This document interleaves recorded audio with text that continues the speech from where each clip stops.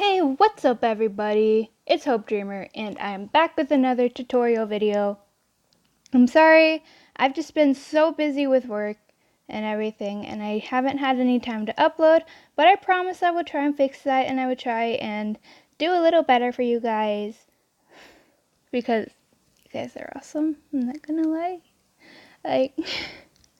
But anyways, I'm going to teach you how to do skin in my way and my style. I usually draw really pale people, but I think this can apply to a lot of other people and their styles because, I don't know.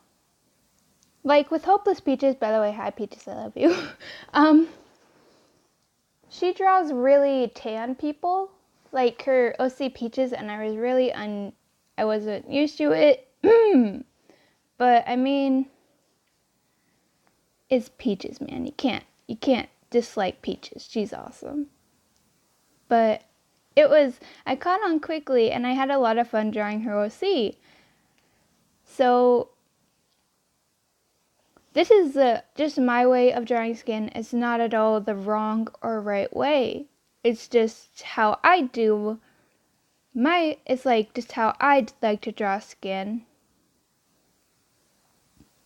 And so as you can see, I'm filling it up. I alpha lock it. And oftentimes, this is just a little tip when I'm filling in the base colors. You want to put the skin on the base layer so you have a lot more like room to work with, I guess. And then you want to fill in the rest of the base colors. By the way, this is a picture for one of the upcoming memes that I'm doing. And I'm just going to edit this a little and then I'm just going to release it right away because I really do love to upload for you guys and your comments do mean a lot to me, and all the support and all of the subscribers, thank you so much for supporting me. It means more than you can think. It means a lot to me. But anyways, as you can see, I'm just filling in the base colors and I've done the hair, so oh geez. Yep. Okay, that goes there. And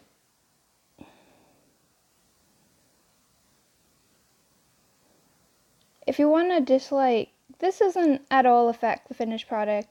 It's just what I do, but I like to kind of fill in the little areas with a tiny brush because I think it makes it look a little better and it doesn't overlap into other areas of the drawing that I really don't want it to overlap into. So that's another tip I guess you can use, is filling in the tiny spaces that the bucket tool doesn't get. Because I know one of my subscribers said that if I I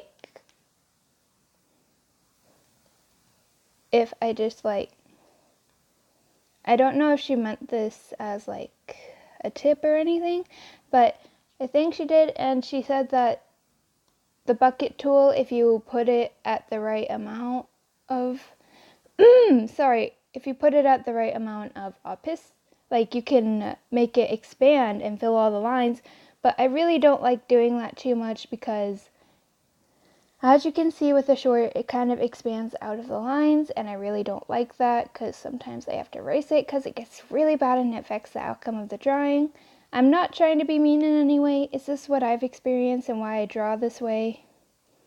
If you don't mind it, you can go ahead and do it, or if you have thick lines and it doesn't do that with you, it's fine either way. But yeah, it bothers me so much. And I don't know why. But anyways, okay, yeah, just filling in the base colors and yeah, so I've been really busy with a lot of things, including work. Work, you know. Pretty typical stuff, right?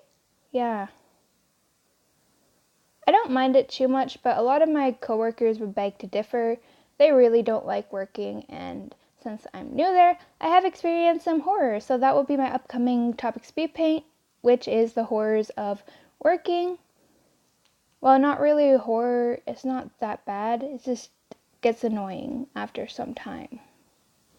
It gets really, really annoying because they leave everything to me, the newcomer. Well, they sit on their phones the whole shift unless my boss comes in and he's like, hey, how are you guys doing? And they're like, oh yeah, we've been working so hard. Yeah. But I'll inform you of that situation after this tutorial and in the next topic, speed paint, which I will be posting soon to make up for all of the time that I have been slacking off and not making YouTube videos. But yeah. Okay, so I finished filling in the base colors and I'm going to I found out about this like just a few days ago and it's been pretty helpful.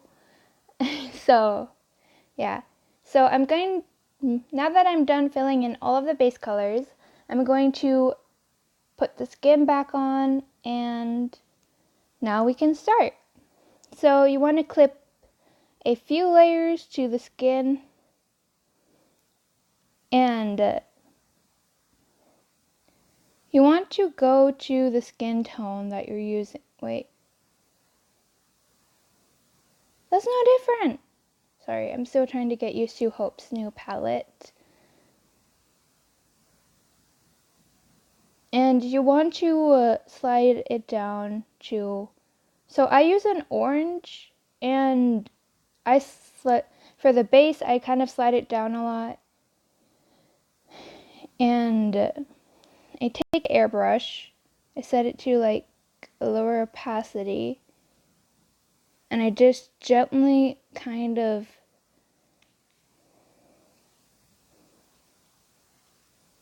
do this and start shading with it just a tiny bit, not too much and not too little, I would say. And yeah, just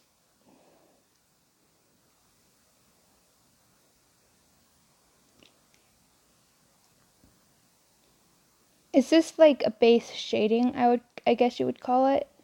I'm not doing too much shading, just kind of light flicks with my stylus. And yes, I do use a stylus. I'm not an art god in that aspect where I'm able or talented enough to use just my finger or a mouse. But yeah, and I take from the skin color and I go down to a light reddish tint or like a really, really reddish orange, and I just start lightly flicking the pen in the places that I know has to have the most shading. And here's something that I don't see YouTubers doing often, and it kind of annoys me because I had a hard time learning this on my own, but I had no up until recently I had no idea where to put the blush. That was the like number one thing for me. I was like asking YouTubers left and right, hey, how do you do the blush? Can you do a tutorial on that? And I've looked on countless skin videos, no luck. So it really kind of annoyed me in a way. It still does just a tiny bit, but not as much as it used to. But yeah, in this video I will show you where to put the blush. And so from blushing myself, it's not that I like anyone or anything, but there is some guys that I like that I hang out with. But anyways, you want to blush comes from here, like over here. Comes from the right side of the cheek and creeps in.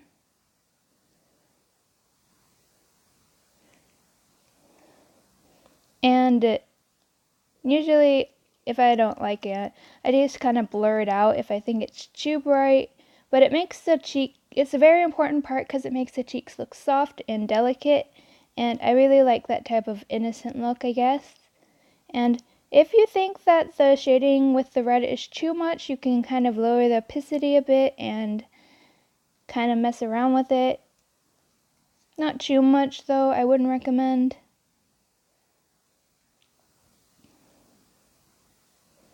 And yeah.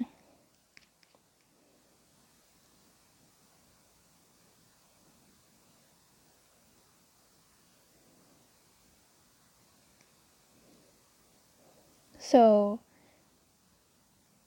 yeah, and now we go on to the reddish tint. You can make it a little darker because, well, I like it a little darker, but it really depends on personal preference, So you do the same thing, but you really don't want to overdo it.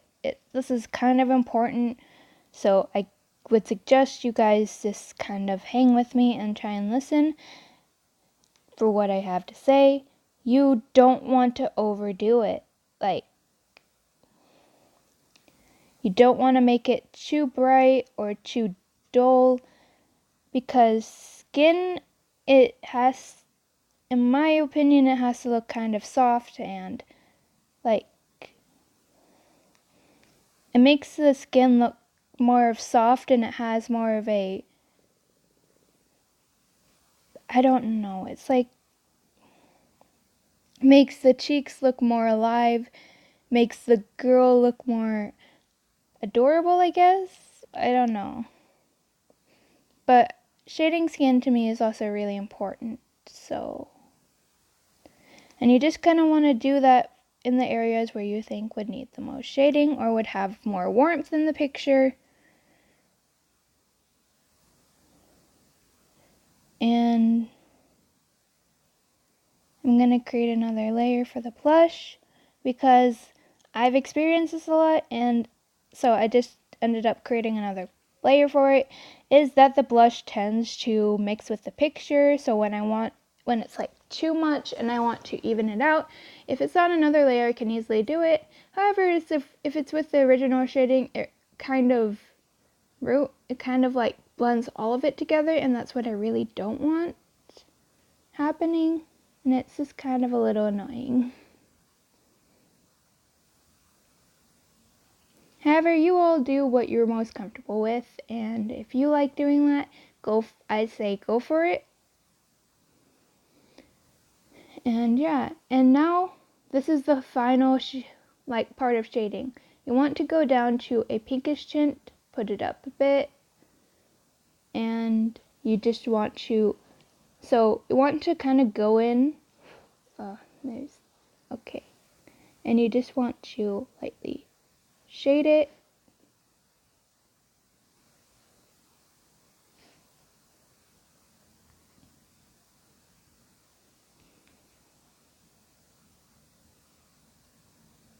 I'm gonna have to save this color real quick because I have to go in with the base color.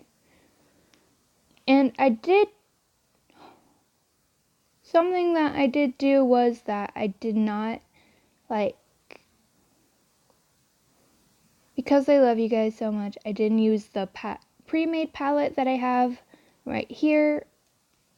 I made a new one so I could show you guys how I most efficiently shade and how you guys can do the same. So let's go back up to where we left off at.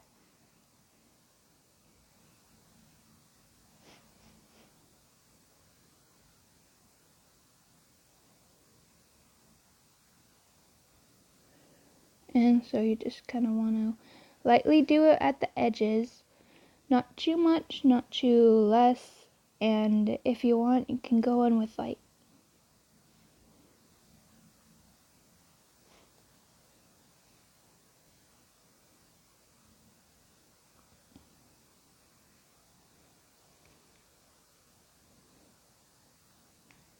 don't know what, I just kind of do that and add it to the nose and underneath the neck because I believe it adds dimension and volume, and it adds a lot of warmth. And that's something that I've learned over the years of drawing, is that it adds a lot of warmth. And if you do it right, sorry, I don't know why my voice just kind of cracks, I guess. I don't know why it does that, I'm sorry. But I love doing the skin, and I always have so much fun doing it. But you want to make sure that it's not too bright and it doesn't overpower the picture. And finally, I like to take the skin tone. I like to add it to about maybe a 9. go to the cheeks. Oh wait, no, I forgot one step. Dang it. But let's just add a quick little rosy tint to the cheeks, yeah?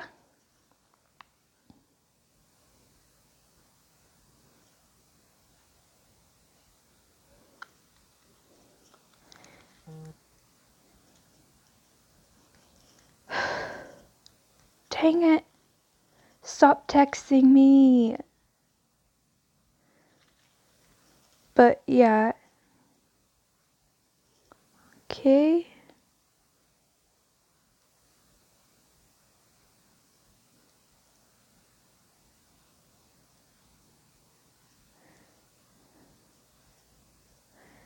And then you just want to create a new layer, and you want to take this base skin color.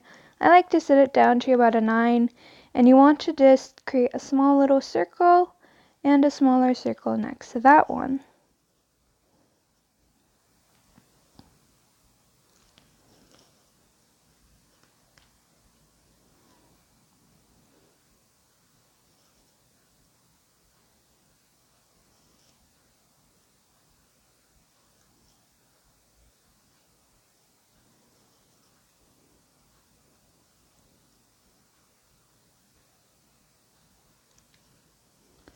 But yeah, and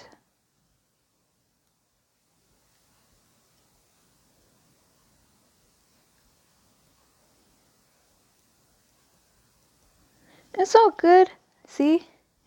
And I love how it makes it look. I think it makes it look amazing. And that's my tutorial on how to draw skin. So I really hope you enjoy. And I will be doing hair next. And then as I draw this picture, I'll show you how to draw everything. So this is Hope Trimmer signing off,